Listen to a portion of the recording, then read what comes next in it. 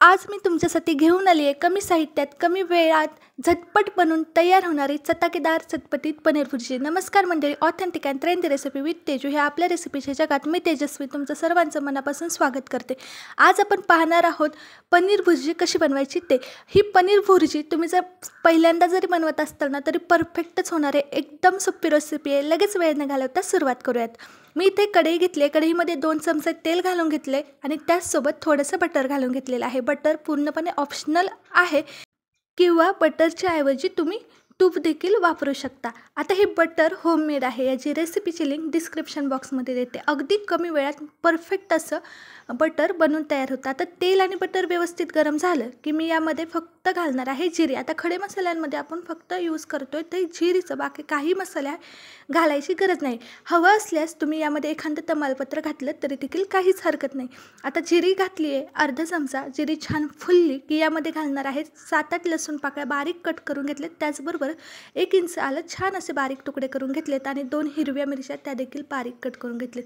हिरवी मिरची, आलं, लसूण हे छान याच्यामध्ये परतून घ्यायचं आहे आपल्याला 1-1.5 मिनिट। मस्त गोल्डनचा रंग आला की त्यामध्ये 3 मीडियम साईजचे कांदे चॉप करून घेतलेत ते या कढईमध्ये घालून घेतलेत। आता ह्या कांदा आपल्याला 3 ते 4 मिनिटं छान गोल्डन रंगापर्यंत परतून घ्यायचा आहे। आता हा कांदा इथं परततोय तोपर्यंत आपण दुसरी तयारी करून घेऊयात।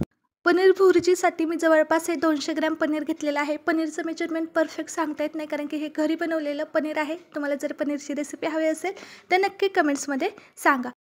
आता पनीर बारीक करण्यासाठी असा फोर्क घेतला आणि त्याने असं प्रेस करून हे पनीर बारीक करून घेत आहे। खिसणीने वगैरे काहीच करायची गरज नाही आहे, भांडी जास्त खराब करायची। त्यापेक्षा अशा पद्धतीने फोर्कने छान बारीक होतं आणि खूपच मॅशी असं करायचं नाही। थोडेसे असे क्रम्बल्स राहिलेले चांगले, म्हणजेच कसं आपण भाजीमध्ये टाकतो, भुर्जीमध्ये टाकतो तेव्हा ते परतून अजून बारीक होतं। त्यामुळे खिसून घ्यायचं नाही, अशा पद्धतीनेच बारीक करून घ्यायचं आहे। पनीर इथं व्यवस्थित बारीक झाले तोपर्यंत आपला कांदा छान गोल्डन रंगापर्यंत परतला गेला आहे। आता यामध्ये मी 2 मीडियम साईजचे टोमॅटो बारीक कट करून घेतलेत त्यामध्ये घालून घेत आहे। आता तुम्ही कांदा आणि टोमॅटो तुमच्या आवडीनुसार चॉप करू शकता। मोठा किंवा स्लाइसमध्ये देखील केला तरी काहीच हरकत नाही आहे। आता हा टोमॅटो देखील आपल्याला सॉफ्ट होईपर्यंत परतून घ्यायचा आहे। 4 ते 5 मिनिटं टोमॅटो परतते तोपर्यंत थोडीशी कोथिंबीर यामध्ये घालून घ्यायची, म्हणजे छान फ्लेवर यामध्ये उतरेल। नंतर घालण्यापेक्षा असं परतताना घातली की फ्लेवर खूप छान उतरतो कोथिंबीरीचा। त्यामुळे आता 4 ते 5 मिनिटं मी इथे कांदा टोमॅटो परतून घेतलेला आहे। आता यामध्ये आपण घालणार आहोत मसाले। तर सर्वात आधी मी इथं पाव चमचा हळद घालून घेतली आहे। हळद घालून झाली की लगेच मिक्स करून घ्यायची, म्हणजे टोमॅटो आणि कांद्याच्या गरमीमध्ये ती छान अशी भाजली जाईल। हळद मिक्स करून झालेली आहे। त्यानंतर मी यामध्ये घालत आहे अर्धा चमचा गरम मसाला, अर्धा चमचा धना पावडर आणि अर्धा चमचा मिरची पावडर। आता तिखट तुम्ही आवडीनुसार कमी अधिक करूच शकता। हे सर्व मसाले आता एकदम एकत्र परतून घेऊयात। मिरची त्यासाठीच थोडीशी घालायची, म्हणजे जास्त तिखट होणार नाही। हे मसाले छान एकजीव करून घेतलेले आहे आणि आता या भुर्जीला अजून चवदार चटकेदार बनवण्यासाठी मी यामध्ये घालणार आहे अर्धा चमचा पावभाजी मसाला। आणि पावभाजी मसाला घातला म्हटल्यावर कसुरी मेथी आलीच, त्याचबरोबर अर्धा चमचा कसुरी मेथी यामध्ये मी घालून घेत आहे। आणि जेव्हा आपण कसुरी मेथी आणि पावभाजी मसाला या मिश्रणात घालतो तेव्हा इतका सुगंध पसरतो, खूप सुंदर असा सुगंध पसरतो। कसुरी मेथी देखील छान मिक्स करून घेतली आहे। त्यानंतर आता आपण यामध्ये घालूया चवीनुसार मीठ। आता पावभाजी आणि कसुरी मेथी असेल तर नक्की वापरा, खरंच त्यामुळे खूप सुंदर अशी चव येते आपल्या या भुर्जीला। मीठ घालून घेतले, मीठ देखील छान एकत्र करून घेऊयात। आता ही सर्व मसाले कांदा टोमॅटो परतताना गॅसची फ्लेम मीडियम आहे, जास्त मोठी करू नका नाहीतर हे मसाले करपले जातील। आता छान हे मिश्रण 1 ते 1.5 मिनिटं परतून घेतले। त्यानंतर आता यामध्ये घालून घेऊयात पनीर।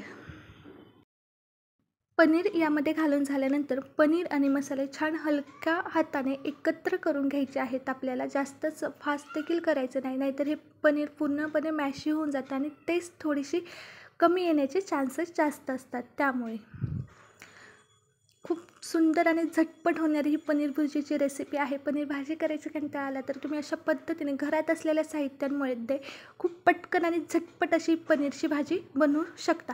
मी या आधी देखील आहे ना पनीरच्या भाजीची रेसिपी शेअर केली, ती देखील एकदम हॉटेल स्टाईल, रेस्टॉरंट स्टाईल आहे. घरात असलेल्या साहित्यांपासून बनवून तयार होते. तर त्याची रेसिपी पाहिजे असेल ना तर लिंक डिस्क्रिप्शन बॉक्समध्ये देते, एकदा ती देखील ट्राय करून बघा. आता मी यामध्ये थोडीशी बारीक कट करून घेतलेली कोथिंबीर घालून घेतली. आता यावरती झाकण ठेवून 4 ते 5 मिनटं ही पनीर भुर्जी छान वाफवून घ्यायची आहे, म्हणजेच या मसाल्यांची चव या पनीरमध्ये उतरेल. आणि 4 ते 5 मिनटानंतर तुम्ही पाहू शकता की ती सुंदर अशी आपली पनीर भुर्जी बनवून तयार झालेली आहे. तुम्हाला हवं असल्यास इथे वरून थोडीशी कोथिंबीर घातली तरी देखील चालेल. ही पनीर भुर्जी तुम्ही चपाती, कुलचे, नान कशासोबत देखील सर्व करू शकता. तुम्हाला जर या सोप्या पनीर भुर्जीची रेसिपी आवडली असेल तर नक्की व्हिडिओला लाईक करा, आपल्या फ्रेंड्ससोबत शेअर करा आणि अशा छान छान रेसिपींसाठी authentic and trendy recipe with Teju ह्या चॅनेलला नक्की सबस्क्राईब करा. व्हिडिओ पाहिल्याबद्दल मनापासून धन्यवाद.